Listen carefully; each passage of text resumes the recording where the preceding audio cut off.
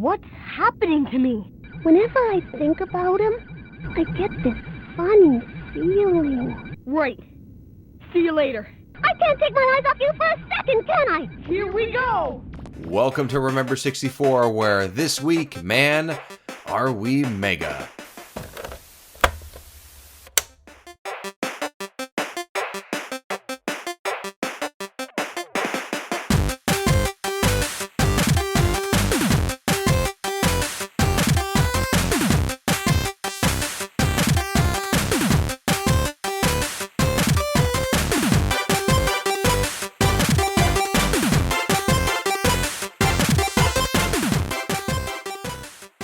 Welcome to the show, everyone. My name is David Petrangelo. This is Remember 64. And what is this thing on my arm? Why am I wearing this weird blue suit?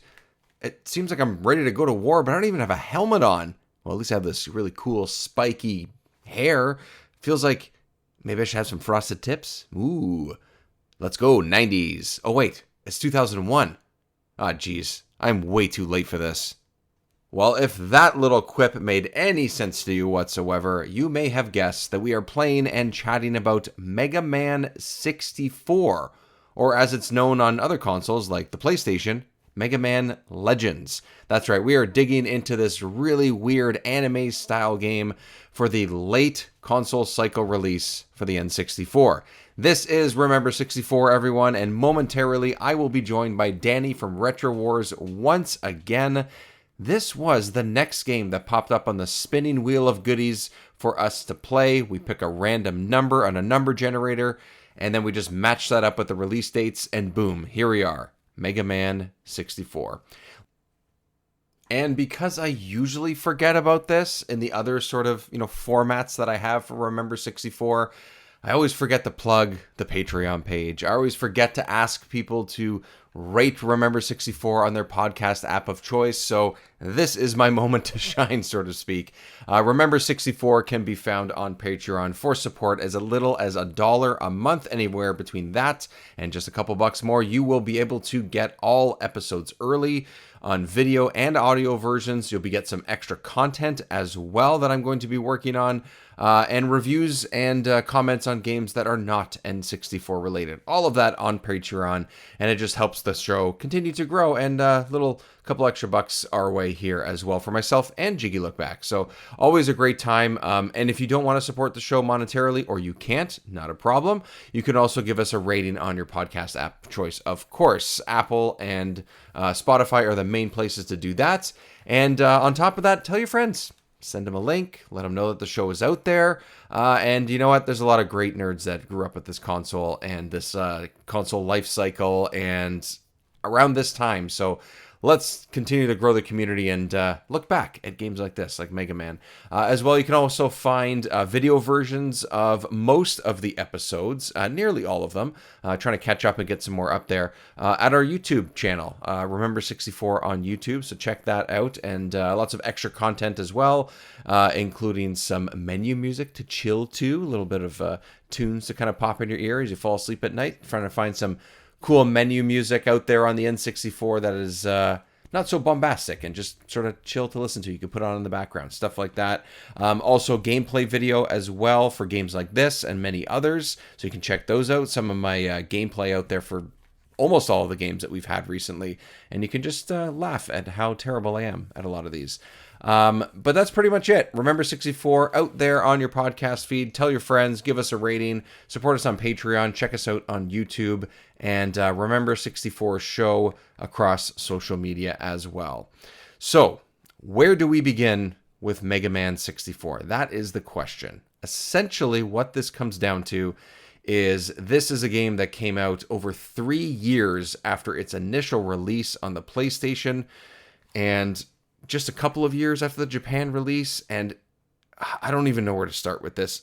You'll definitely hear Danny and I speak about this in a couple of moments here, but I just will tell you that it's definitely an interesting game, and we're going to dig right into it. So you know what? I'm not going to beat around the bush. Let's jump into it, everybody. Let's play and talk about Mega Man 64. Who will save us? Mega Man! Join him on his ultimate quest in 3D. You are his friends. who are his enemies. Danger lurks around every corner. Mega Man uses awesome firepower to battle diabolical forces. Amazing non-stop blasting action. Who can save the cities from destruction? Don't call a plumber. It's all in a day's work for Mega Man. Let's do it! Now, I remember at the time when we did the wheel, and I was like, oh no, because it looked shit. The first screenshot, I was like, this looks terrible. And then played it, completed it, followed a guide, and then you find out, I found out very quickly, hang on, this actually is not Mega Man 64, a new game. It's Mega Man Legends that came out for the PlayStation 1. It's just a port of it. I had no idea. I've seen... I think what it is that I just assumed it was the exact same game that came out at the exact same time because I recognized the cover. As a kid, I never played this game on either of these consoles, and I didn't really know much about it, not gonna lie. I kind of went in and thinking, oh, it's Mega Man. I know it's 3D. That much I knew. But one of my earliest memories of this game is seeing it on the shelf at whatever store I was in around that time to purchase games for 64 or rent them or whatever. The price tag on this thing at that time, when this game was out, was, I think it was $80 or $90 for the cartridge. Wow. Which, you know, sometimes that comes into play with like imports and things. Like, I don't know if that had anything to do with it, but I just remember thinking like, I already am so on Mega Man games. I'm not just going to give this a shot. I should rent it, if anything. And then I never got around to it. So this was my first time playing it. Was it for you? Is this your first time going through it? Yeah, it was my first time playing it because I've never been a big Mega Man fan. And it's just because they weren't on my radar. Like, the only games I played before were, for the show, were Mega Man X and Mega Man Battle Network. They were the only Mega Man games I played, so this was the third one. Oh, wow. And as I found out very quickly, this is like another world where you've got Mega Man, the NES games, then you've got the X series, which are on the Super Nintendo. So the Network series is its own world as well, and Legends is its own world. So I think there's 4 different actual dimensions and timelines of Mega Man. So this is completely different. Yeah, and it was a bit of a. I don't know what I was expecting, but it doesn't follow any of the actual previous games at all. No Robot Masters, none of that. It's complete. It's an RPG, which is like, I wasn't used to this. I wasn't ready for that. Yeah, I didn't really think it was like going in that it would have RPG elements. I just assumed like, oh, they'll take the controls and, you know, some of the baddies and enemies and stuff like that, and you'll sort of just play it in more of a 3D plane and stuff. And honestly, this is to me, based on the character models, based on the world, a little bit the story, you know, just the way things are presented and stuff. This is like a Mega Man anime game. That's what it felt like. Yes, it's a really Mega Man anime.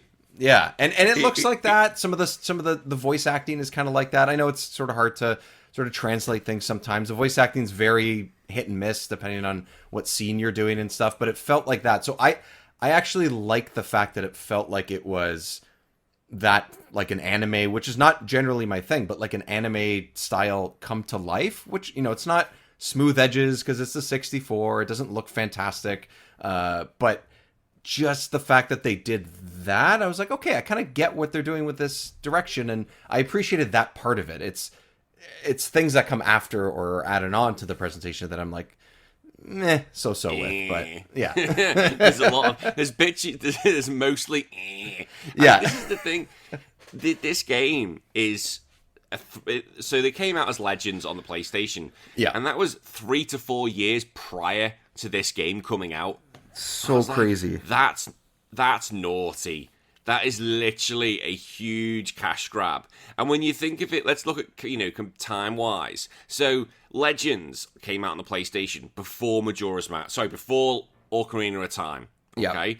So we'll talk about the camera, the movement, the targeting. This is before Ocarina of Time. Mega Man 64 came out after Majora's Mask, after the PlayStation 2 had just been released. It doesn't add up, man. It just does not add up. It's a very shitty cash grab. Very shitty cash grab by What's Capcom. interesting with that as well is that maybe it is, but I also find it hard to believe that they were really that sure that this many people were going to buy and play this game. It just doesn't sell, or it doesn't scream, hey, this is Mega Man, as much as what I am familiar with, which is the first 3 to 4 and the X series. And no, I'm not very good at them. Like, to me, Mega Man is Mega Man X, X2, and the first few, which are the ones that I always played growing up, or at least tried to play because I suck at them. To me, this doesn't... It's just the cover alone is like, hey, it's Mega Man, and he doesn't have his helmet on. It's like, this is just some kid in a blue suit. The thing that the use of the box art, he doesn't have it. It's just him like turned in a 3D mode. The box art's fucking dreadful. It looks disgusting. It's brutal. It's boring. It's boring. It's 100% boring. That could be one of the reasons when I mentioned that story before of me seeing it on the shelf. It was just like, well, yeah, I can look at a couple of the screenshots on the back, or I can look at it maybe in a Nintendo Power or GamePro or something. Like, maybe I could see like screenshot, but I'm not going to seek out and maybe like grab this game off the Blockbuster shelf, for example, to even rent if it just looks like I don't know, some kid with spiky hair. Like, it just doesn't sell it very well. And I know that's not the only reason why this may not be as much of a cash grab as I may assume it is, but it also just doesn't sell itself well even to start. So if you were to rent this game, I don't know that those first few hours or couple hours would have gotten me to grab onto it and be like, oh, hell yeah, I am in. I have to rent this again next weekend. Well, it's in the Japanese box art is at least decent. It's a bit of a cartoony thing. Like, you can see I didn't all even the look at that. characters I'm on gonna there. look at that now. Have a look at the Japanese one. It's way better. Like, put that on. Often they are. You want to sell this game as an anime game? Use the Japanese box art, and I would have been more interested. Oh, it's way better. Yeah, it looks. You're right. It looks like like a sort of thumbnail that you'd see on a streaming service nowadays for an anime, for example. Like, it's right there. It looks great. There we go. See, way better. Yeah. And it's terrible. Like, okay, it is basically Mega Man with anime. That's it. I suppose you should talk about the plot, because there is a plot, and yes, it's a bit more detailed than it is. Most Mega Man games don't really have like a bare bones plot. This thing, full blown anime. So basically, the world's been flooded, and now society is kind of stabilized, and it's like Waterworld. We're basically Waterworld. What's the Zelda? The Wind Waker. Basically, Wind that's Waker, the situation we're in. Yeah. So society's now resolved itself, but basically the world's fucked. So I imagine billions died, and basically they have these people who dig to find these things called refractors. And you're part of this team of diggers. And the whole point is that someone, is basically hoping that there's a legend of the Motherlode. Motherlode, which will provide endless energy. And you, as part of a digger team, are trying to find these refractors, like energy cores, to make money. And you're partnered with Roll and her grandpa. And that's the plot, basically, to begin with. Until you crash on an island. Your ship, the Flutter, falls on an island called Catalog, and it basically starts off with, we better just help get our stuff sorted, get our ship sorted, and then you land on this island and you realise, hang on, considering the world's meant to be pretty fucked, this Catalog island's doing pretty well. It's like a whole city. It's like everyone seems fine. Oh, it's like a whole full-on civilization thing. They got a mall, they got streets, they got everything's good. Yeah, it doesn't seem all that bad. They got a nice forest. Like, it doesn't seem too bad. They've got a government. They've got everything. Yeah, they got a government, yeah. They've got a government. You can play mini-games where you can kick a dog. We'll get into that. You can kick a dog. And basically, it then divulges into the island's going to get destroyed. It's like, whoa, and it's going to be purged. Holy shit, this jumped up a notch. And yeah, pure anime. And it really is. And I didn't mind that. I was like, great. Give me something to sink my teeth into. I thought the plot was okay. I thought it was okay. I was like, that's fine. I agree. I actually think, like, to me, I mean, you've played the Battle Network games. I think those have a little bit of a story to them. I don't know. I've never played them. But for me, Mega Man is, okay, you're Mega Man. You're there to just take out these bosses and do these stages, get your powers, and that's the game, right? Totally fine. I'm good with that. Like, I need, like, simplicity works for me, especially when they were out in the mid-90s and early 90s. Great. I'm all for it. So I never really, like, I expected there'd be some sort of story here, and they, yeah, you're right, they went for it, and I think, you know, it goes some really wacky places, which sort of plays into the anime thing, but to set it up, I think it's pretty good. I think the getting off on the wrong foot kind of thing to me is that there's not a whole lot to do with the gameplay when you start, but when the story starts and starts ramping up and takes some turns here and there, those things still kind of worked, even if they were a little bit insane every once in a while. So I agree. And I will say, one of my favorite parts of the story happens literally right off the bat, and I think it's even before you start the game, but it's definitely when you start a new game, is the way that they read the sort of story crawl at the beginning. The person that reads that is just, I don't know, they are hamming it up like it is. I don't know if that's on purpose or not. I mean, I guess they're supposed to, but man, it is so goofy. It's funny. I loved it. Yeah, if you want to go, what the fuck is this game? Listen to the opening story crawl. The guy, whoever they decided to hire that, said, they're coming for the Motherlode. In a world covered by endless water, people are forced to eke out a living on the small patches of land that remain above the sea. However, over the years, the story of a fabulous treasure, the legendary Mother Lode, began to be whispered among the diggers. It's like, what the fuck? It's like, you know what it is? It's like he's trying to tell a story to a little kid, and they can't find the book that they're supposed to read that night before bed. So he has to, like, create the scene with all these voices and all this different tone, and, like, I was just like, I could close my eyes and probably picture what this dude's trying to say. It's hilarious. Hope, despair, charity, greed, duty, power. Who can say what truly motivates the digger? And the problem is like one of the huge problems. This thing is all voice acted, and I'll praise a lot of the voice acting, but on the N64, the audio is dreadful. It's one of the worst I've ever heard. Yeah. So, whereas the PlayStation version, I went and had a look. The PlayStation version sounds nice and crisp. You've got that CD quality, right? This is what the N64 sounds like. I have a cushion because my chair's shit behind me. This is the Waterworld. The Waterworld is where Mega Man and his crew are going to save shit. That's what it sounds like the whole time. Okay, Mega Man, I'm coming.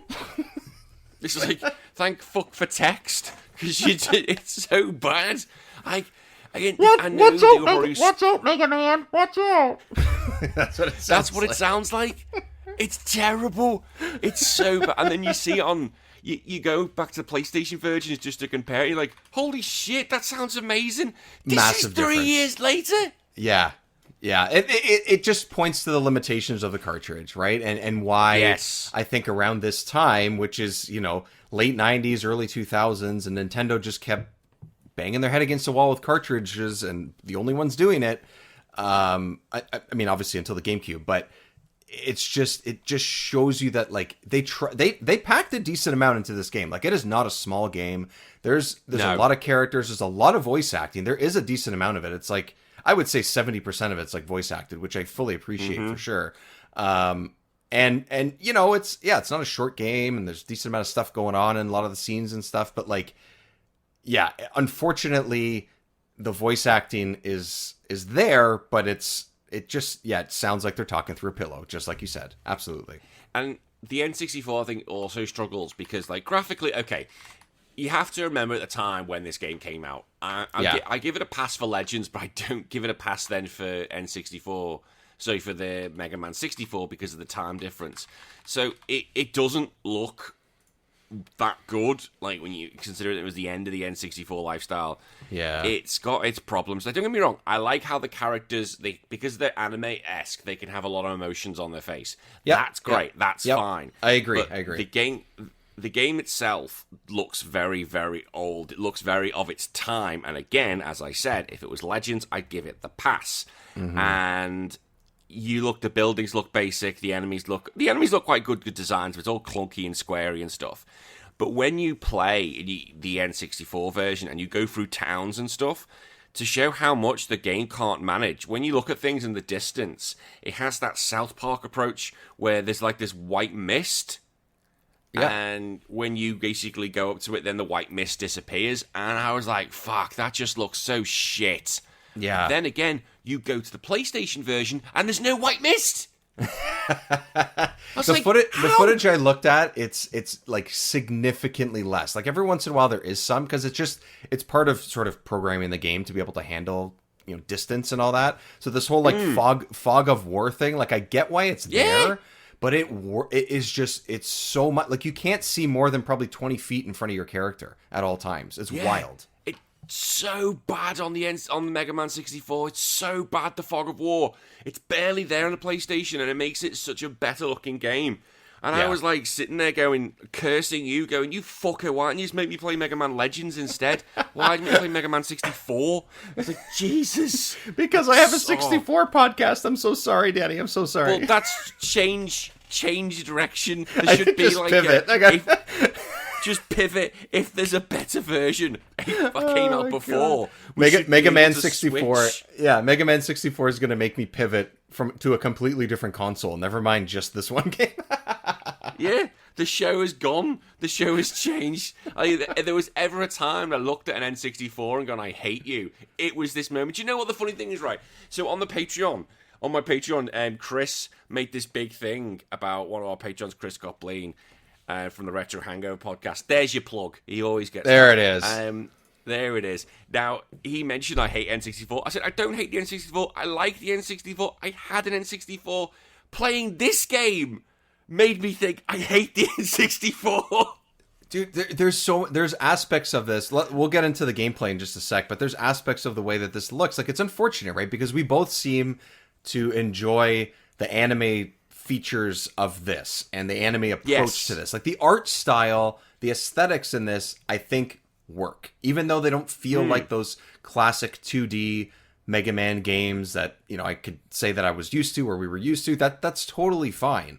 If you're going in a different direction, especially once I learned, like you mentioned earlier, that this is like a completely different timeline and sort of universe or whatever you want to call it, then it's fine. Go with a different style, go with a different sort of take on things. Great, no problem. But it's just so much of it is hindered by the fact that this game is a few years old and the fact that the cartridge just limits them from doing things like this. Because I think, yes, the voice acting would have been there anyways, it seems like, but it would have been so much better if there was more, or it was clearer, or when you're running through some of these cities or towns or underground areas, they didn't just look like, a couple of posts standing in the middle of the street happen to be buildings, and you're underground. And honestly, some underground spots, I couldn't even tell where the door was because the wall looked the same as the door. Like, they just look so ugly underground, and they just spend so much time in these underground areas that it just, I don't need to have an open world, quote unquote open world sort of thing like some of the missions are in this game, but I actually would prefer Mega Man in a tighter space, but the tighter spaces in this game don't look good at all. And it's unfortunate because some stuff looks good enough, and then you have the fog, and then it's a shame. It's a shame with that, because I think this could be something that would look and feel a lot better. But it's too of its time, and its time was 3 years prior to when this was released. Yes, or more. 100%. And because the dungeons look dreadful. The dungeons, they do. They're just boring. They're boring and generic, and they're a product of their time. Yeah. And we haven't even talked about essentially the gameplay, because the gameplay is essentially if you're used to that Mega Man 2D style, it's not. It's completely 3D. and it's more of a third-person perspective. Mega Man's right in front of you. Yep. His control style isn't great. Again, product of a time. Like, he had tank controls. They were still trying to get used to things. You can't go left and right per se. You'd have to turn the camera to get him to move, which that takes some getting used to. It's very clunky. Like when you say tank controls, it's like this is like a blue tank with spiky hair in front of you. Like that's what it feels like at times. I got used to. I don't know. Did you play with the on a 64 controller at all, or on a particular controller when you played it? I've got an N64 controller. I've got a PC one, so I don't manage to do it on that. So did you use the joystick or did you use the D-pad? I used the D-pad. Yeah, okay. Because the joystick, the analog stick was what I went to automatically, and I was like, okay, this. Yes, you would. Of course, I just it's 3D game or whatever, I feel like, but with the way that you turn the camera and he sort of does his like side strafe step type of thing, it just made so much more sense and just felt right doing it on the D-pad. So if anyone is going to go out and play this game, I just automatically grab the controller on the left and right side. Just ignore the middle of it. Unfortunately, like it would be nice to be able to utilize that part of the controller, but it's not necessary. And because it's so tanky, just use a D-pad. That'd be my recommendation. It's the first time in all my years of ever playing playing an N64, I held the control that way. I've never held the control that way ever before. See, I'm used to doing that with the wrestling games. All the wrestling games do that. And I'm a big fan of like the WWF and WCW games. Like I grew up with a bunch of them and stuff too. So I'm used to that. But for the most part, no, you're using the joystick and you're encouraged to in most games, or you have to. So but this was so weird. I was like, I don't know. I've got this middle bit. It's now got a penis. And I don't like it. I'm holding his legs and it's got a penis. I don't like it. What's this third leg doing? Concept. Oh my god. It's a new concept to me. But you mentioned this. You mentioned the strafe. You could strafe. Yeah, you can. And like literally, my strategy throughout this whole thing was just use Mega Man's Buster Gun, his pea shooter, and strafe any enemy, any boss. Strafe around them. That was my tactic. Repeat. It's the only way, though, man. It's the only way. I don't understand how else you could succeed, especially in the boss battles. Which we'll talk about boss battles in a little bit. But I think like because they have such a large health bar, because there's sometimes multiple stages to them or different abilities or whatever you got to watch out for. They shoot at you and they are they have a little bit of a tank control too. Some of them. So like all you have to do is keep moving. And they have to kind of turn awkwardly just like you do. So I understand that might like balance things a little bit so you don't feel like you're being outmatched constantly. But the problem is the pea shooter, his blaster, I keep forgetting what the name of it is. Buster, is that what it's called? Basically his gun arm is just... Gun arm, yeah. Gun arm, his regular one, which doesn't run out of energy, which is fine all day long. Yeah, but it's just like pew pew pew, pew pew pew, pew pew, and that's it. And it doesn't only sound like that. It feels like you're only doing pew pew pew type of damage. Like it just feels like you're not making any progress most of the time. And it, unfortunately, like it would be nice. And like yes, you do pick up, collectibles, and you do have different sort of things you can do later on and stuff. But it still felt a little too repetitive, especially on some of the longer fights where you're trying to figure out like there's different tasks you have to do to kind of save a city or something like that. And it's like, I get what they're going for, but the way that they make you do the combat and just how he shoots just felt just tedious. Not good. Yeah. And the thing is though, you do have the ability to get extra guns. Now, in the usual Mega Man games, how you would basically do that would be you would beat one of the masters and you get their gun, which kind of gives you an ability. That's not how this game works. Basically, you go and you can get like upgrades, and Roll will make you make you special guns. And you can equip them, so you can get like a blade, you can get like a huge sniper-esque gun cannon, which have limited energy. The problem I find with these weapons is that when it came to the original Mega Man games, like when I played X, you can switch by these games on the go. So switch by these weapons on the go, like, menu switch, menu switch, menu switch. Oh yeah, that's right, I forgot about that. Yeah. you've got to go to roll every time. And I was like, to switch, I was like, fuck that. No, I can't be arsed. I'm just sticking with the pew, pew, pew, pew, pew, pew, pew, pew, pew. I'm just sticking with that. That's all I'm doing. Yeah, and that's sort of like an RPG approach, like a 90s RPG approach, I think, to be like, okay, well, you have this sort of like hub, I guess you could call it, or a home base kind of thing. Go back to the home base and do a thing, and that's how you sort of playing that game. Yeah, and I just, look, we're adults, or at least we pretend to be adults on our shows, but we don't have the time to do that either. Like we want to play these games and experience them and talk to everybody and tell you about our time with them, but like at a certain point, spending basically what would end up being an extra 45 minutes probably of playtime to switch between all the different abilities and weapons that you have, it sounds fine to have the variety, but you got to make it easier. You're right. I think, like I'm not spending the extra time to do that most of the time. I did it a few times and I found it fairly enjoyable, but your playstyle changes, which I do understand a little bit at least. So I get that. Like that is good. There is variety. But it's just not good enough because everything is still clunky. Like it's not like all of a sudden, you have this like you mentioned, like sort of sniper sort of gun thing. Like you're gonna play like everything's super differently. It's gonna be so much easier. In some ways, it makes it harder. Sometimes it's like, well, what's my incentive? It does.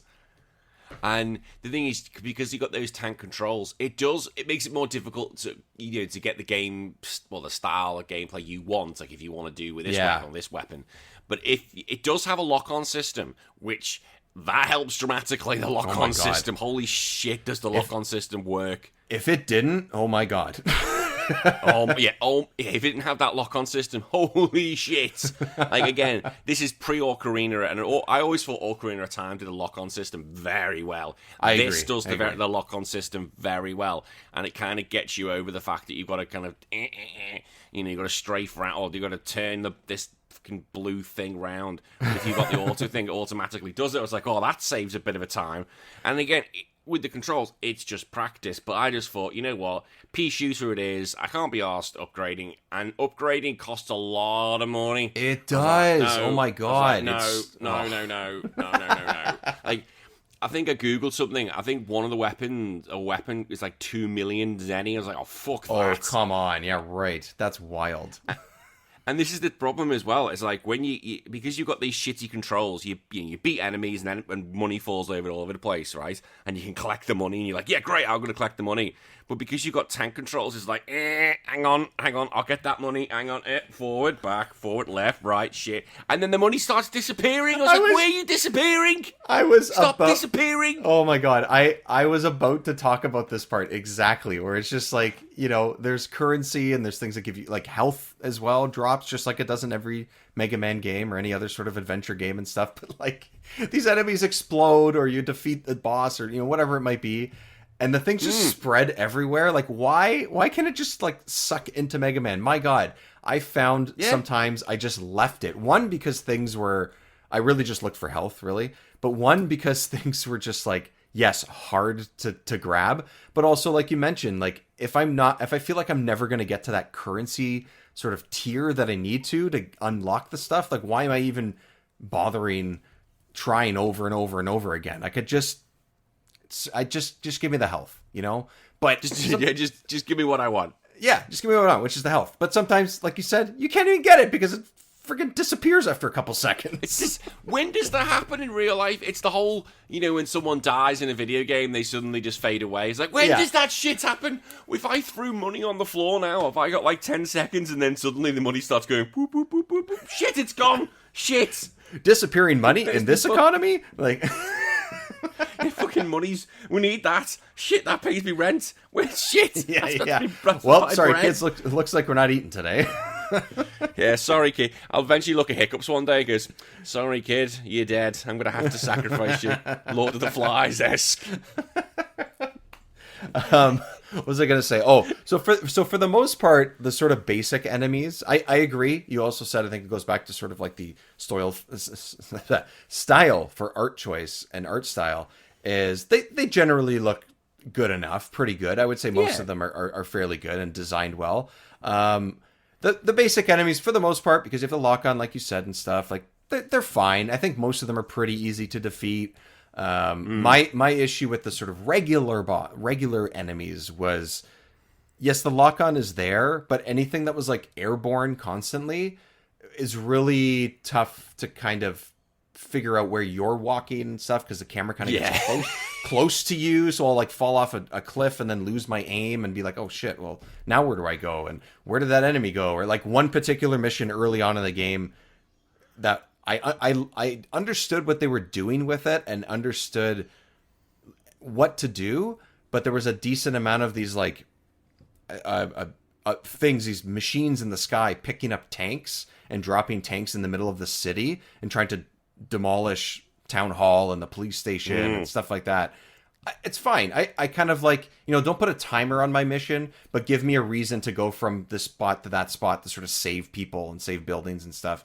But to stop that from happening constantly, you had to destroy the things that were carrying all the tanks in. And I found it hard to shoot them because they were in the air. And then I found it hard to see them most of the time because that stupid fog we were talking about. Yeah, because of the fog. And the problem is, if you don't destroy them, as I found out, this game has a fucking morality system. Right. People... It's basically the build. If you don't stop buildings being damaged, they stay damaged. They obviously don't repair. Because they don't, this is a video game, you should be repairing dramatically and automatically, you should be doing it now. But basically, people will treat you differently if you don't save them. It's like, oh, for fuck's sake, you give me shitty controls. I could barely do anything, a shitty aim, and now you're giving me a fucking morality system. I was like, oh, piss this. Yeah, this is so annoying. And it didn't need it, like this kind of game, you really don't have to add that kind of layer onto it. I agree. It felt unnecessary. They just shoehorned an RPG-like system in there, and it just stick with what they had. Like, that actually was a big enough thing to me that I was like, I don't want to think about this. Like, I don't want to think about that stuff. Can I just keep going through these areas and through these dungeons and just start defeating bosses and bad guys? Like, I don't need to worry about extra shit. Like, I'm already struggling to get through some of these missions. Yeah. Do I have to add that onto it? All I wanted to... Like, you know what this kind of felt like? I kind of got bored with the gameplay, and I just wanted to find out more about the story. And it's kind of like when Mortal Kombat games come out, like the new ones, like, I don't buy them, but I like to watch the story on YouTube. Yep. And it's like a 2-hour movie. This was the same sort of thing. It's like, fuck the gameplay. I just want to watch what's going on in the plot, because I'm intrigued with the plot. And it's like, I just want to get through this shitty dungeon, just so I can get some more story. That's all I want. Yeah. I want my cartoon. I'm 100%. Yeah, I want my cartoon. Exactly. And that's, that's the high point of the game, is that stuff. It's not incredible. It's not the best, but it is definitely better than actually playing through the game. And I mentioned it before too. It's like sometimes when you get to a boss or defeat a boss or leading up to it, even just like maybe a couple of scenes and stuff, I liked what surrounded the boss, and I enjoyed the bosses initially. But because, like I mentioned earlier, their health bars are so much larger, and like we've talked about, the shooting and all those types of things are not great. After like 2 minutes of a boss fight, I was like, okay, I'm done. Can we just move on? Like, yeah, I'm gonna win this fight. I have more health than they do. I'm just running in circles, like you mentioned. Like, can I just get to the part where we talk to the guy after, and we have sort of like a little cutscene thing like that? I wanted that instead. Like, just let me shoot them twice. Good enough. Let's move on. Yeah, that's fun. And this is the thing. Like, you play, you're Mega Man Volnut, worst name ever. And he's like an typical anime protagonist. I don't mind him. But the best thing about this game are the bad guys. And, they are. Well, I say the bad guys. It's the Bon family. Holy shit, the Bon family. You've got Tron Bon, who is a female character around the same age as Roll, and basically her and Roll hate each other because they kind of both fancy Mega Man. But then I looked and I went, holy shit, Tron Bon, I know where I know her from. And yes. Are you going to say the same thing I'm going to say? What? Marvel vs. Capcom? Yeah, Marvel vs. Capcom 2. I was like, holy shit. Yes. I was like, that's where she's from? Yeah. I was like...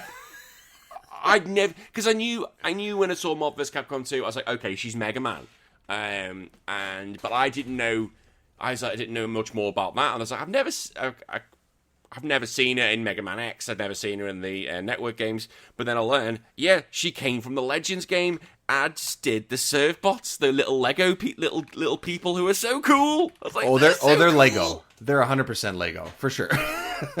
It's like Lego mixed with Minions. I was like, but they're cute enough not to be annoying. I was like, that's great. You are fine. I'm happy with you guys.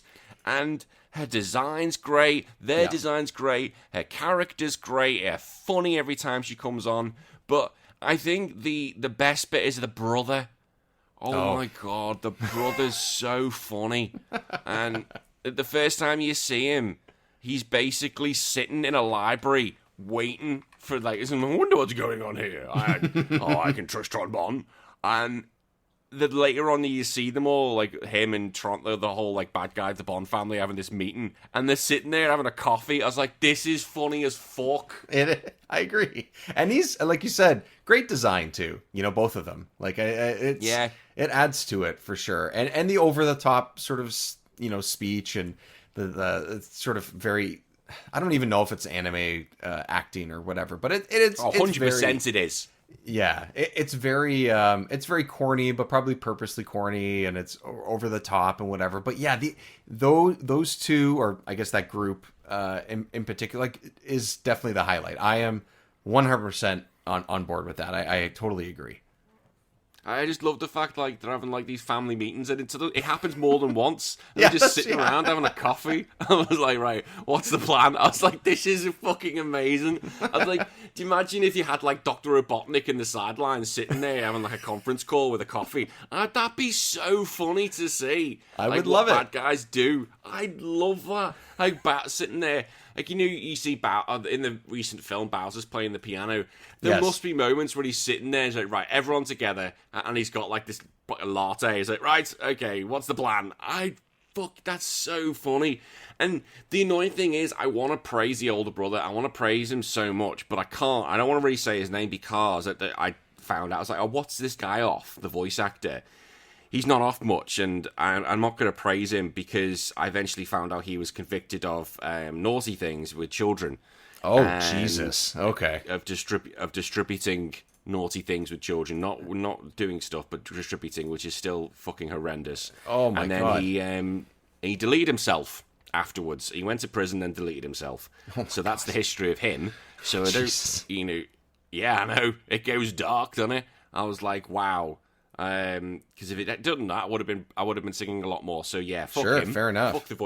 Fuck the voice actor. Yeah, to the ground. Yep. I don't know if he was on the second one, but it was just, like, it's annoying because, like, when I found that out, I was like proper disheartened because I liked his performance, but then I went, right, go fuck yourself. Yeah, there's a line. That's the line. There's definitely a line. Straight up crossed it. And this is the thing. I like it when bad guys are interesting. I like it when there's more to them and that. But again, the only thing I wanted to see about this game was those two. I wanted to see what they were getting up to just because they were funny. The only problem, as I said earlier, was that it sounded like it was being spoke for a cushion, which was frustrating. And do you know what? I like the world it was trying to build. I know people said, oh, it's not Mega Man, it's not what it is. Well, yeah, it's not Mega Man. Mega Man Battle Network wasn't Mega Man. That was completely different if you ever played Battle Network on the GBA. That's so different, it's ridiculous. I really want to try those games. They look interesting to me. I want to try them. Like, that's not Mega Man-esque at all. That's a card game with, like, I don't know how you describe it. It's like a I don't know how the hell you describe Mega Man Battle Network. I loved it, but I hated the story, but I loved the gameplay, which is the complete reverse with this one. But I know people were desperate for a traditional Mega Man game on an N64. I get that. But the whole everyone wants to do 3D, stepping away from 2D meant that maybe traditional Mega Man wasn't the way forward. And I know this game had a sequel and a prequel, a Trombone prequel. But I would love them to actually go back now and maybe try this again. Maybe try a new Legends game on a new, on a Switch or something like that. And let's see how it does, because everyone would know this is what it's going to be like. It's going to be more RPG elemented. It's not going to be a traditional Mega Man game. But you can fix the camera. You can fix everything else about this game. And I thought I think you can make it a decent game. I agree. I think that if it had like a little bit of a touch up, even, if they didn't fully remaster it, that's totally fine. But if you did modern controls, if you maybe changed a little bit of the systems with getting new weapons and abilities and stuff, like I think that could potentially help it as well. But like just modernize some of the stuff could be enough. I mean, keep the story the same, even keep the voice acting. It's totally fine. Like just make it that game. That's fine. But yeah, if you change the way that this game played, some of those like minor things that they could change would add up to something so much better, I think. So Yeah. I think that's what I'm on board. I agree.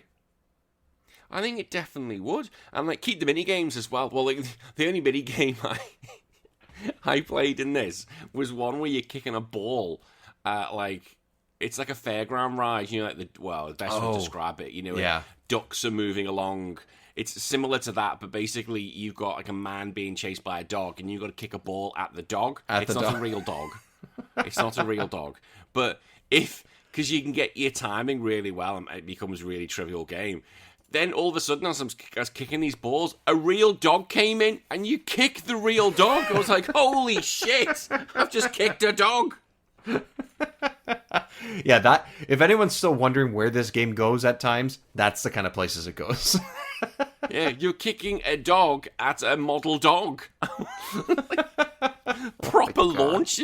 And this is Mega Man, so he's going to have this amazing kick. I was like, holy shit, that dog's probably just broken about 6 ribs. Oh like, my god. Thing. The poor thing. He's just come for a cuddle and you've just gone, fuck off. Have it. See ya, bud. It's like, why? It's like, why, Mega Man? Why? Yeah. And Mega Man's like, what was that? Don't care. More balls to kick. Oh, here comes another dog. Next. Fucking brutal. He's a cunt. Hey man, as long as you win the prize, that's all that matters, I guess, right? Winning is everything, apparently, in the Mega Man. Winning. Imagine that. He gets his prize. Oh, you've won a cuddly toy and 6 dead dogs. Yeah.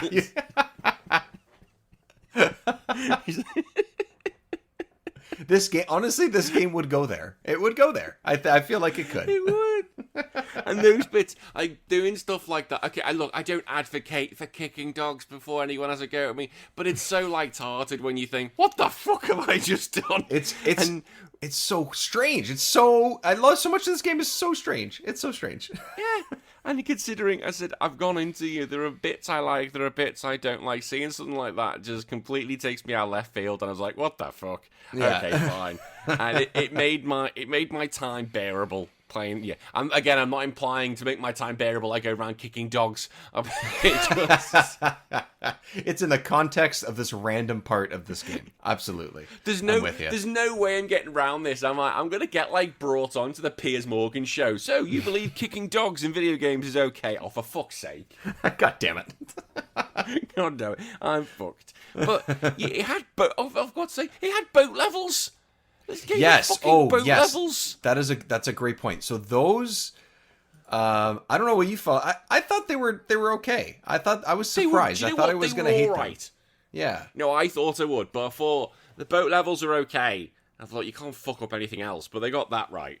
Yeah, because I think because of the way that things control when you're on land, I guess you could say, because those felt so awkward, somehow keeping you in place a little bit more worked better.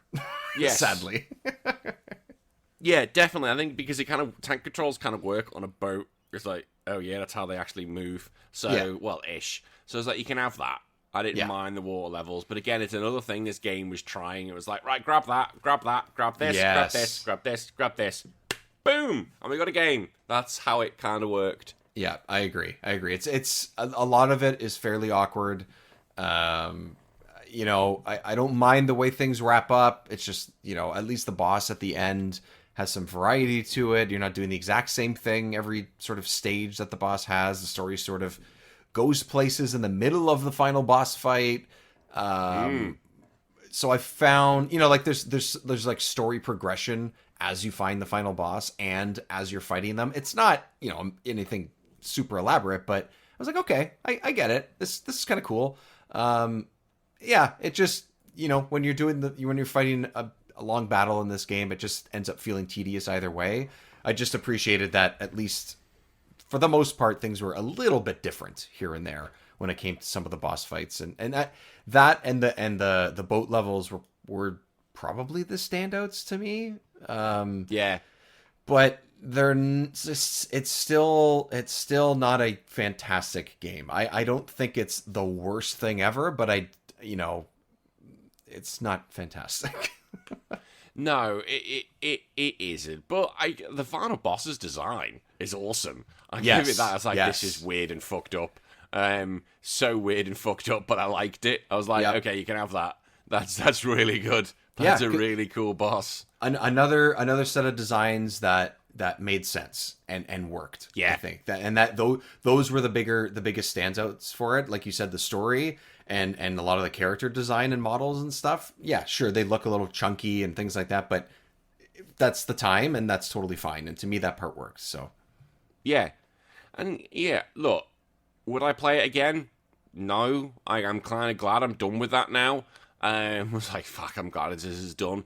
But would I want to play a sequel? A Mega Man Legends 3? Yes! I would. I would like to play a Legends 3. I'd say the Legends 2 is probably very similar. But I want to play Legends 3. Make a new world. I don't know why they haven't. Yeah, I agree. I think that, like, whether they, like, remade this one or remade one of the ones in this series and sort of touched it up, like we mentioned, or made a new one and made it a sequel or prequel or whatever, I would give it a shot. I think I would give it a shot, but I don't think that this is a game that you go back to. I really don't, because it's clunky, it doesn't control well, the story's good enough, but it's not going to make me want to experience it all over again because of everything that happens around the story, which is the gameplay. And the gameplay is very so-so at best. Yeah. So. Yeah, and I think it is very so-so. But what I will say, this game has now made me want to go back to Marvel vs. Capcom 2, to Marvel vs. Capcom 3, and play as Trombone. Dude, want to play as I played as Trombone. her. Yeah, she was in my rotation in 2, like fairly consistently. I just liked the way she played, and yeah, I honestly thought the exact same thing when I first saw her and they said the name. I was like, oh my god. All right, Marvel vs. Capcom. I haven't loaded it back up, but I am tempted now. I'm with you. Yeah, and the thing is, if you look at Marvel vs. Capcom 3, Mega Man's not even in it. Oh, he's not in 3? I don't remember that. Oh my god. Zero is, Trombone is, but Mega Man himself isn't in. Yeah, that's so weird. That makes no sense. And I don't know if somebody's added him in, because I've been a big advocate of the amount of characters they've added in. Oh no, hang on, is it X3? Hang on, who's that? Oh, it's X3. It looks like X3. I don't know who they even... Is it? I didn't even know. Either way, I need to play some more. I need to play some more Marvel vs. Capcom. I really do. Yeah. I think they added him in. I think they added him in later. Possibly. I need to find that out. Either way, I want to play some more Trombone. I want to play some more Trombone because she's so cool. I'm with you. She's fucking amazing. So, if you're going to be scoring this then out of 10, what are you giving it? Let's see. It's tough because there are a lot of ups and downs to it. There's a lot of stuff I enjoy, or enjoyed enough, and there's a lot of stuff that just didn't work. And I think, unfortunately, because the gameplay is just so average for me, and the story is there, but I'm not a massive anime person or whatever, I think a 4 or a 5 is where I would sit with this, honestly. Like, it's not great. It's not great. I'm going to lean towards a 5 and be a little bit generous because of the things we talked about. But that's the most I can sit with is giving it a 5. Yeah, I'm probably going to give it a 5 as well. And the frustrating thing was, if I was playing Mega Man Legends, if you'd asked me to do Mega Man, obviously no, you couldn't, but if you asked me to do Mega Man Legends, I would have given this game higher because I could have seen it from the point of view of the time it was from. But the fact that it's on the N64 3 to 4 years later, and it's not as good, takes it lower, definitely. Yeah, that is a very, very good point. Absolutely. I think you're definitely onto something there. Sure, for sure.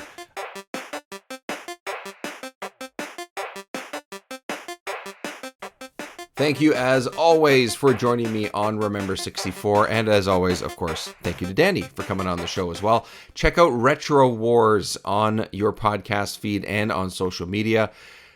Danny does such a great job, has so many great insights, plays a variety of different games. It's definitely not just the N64.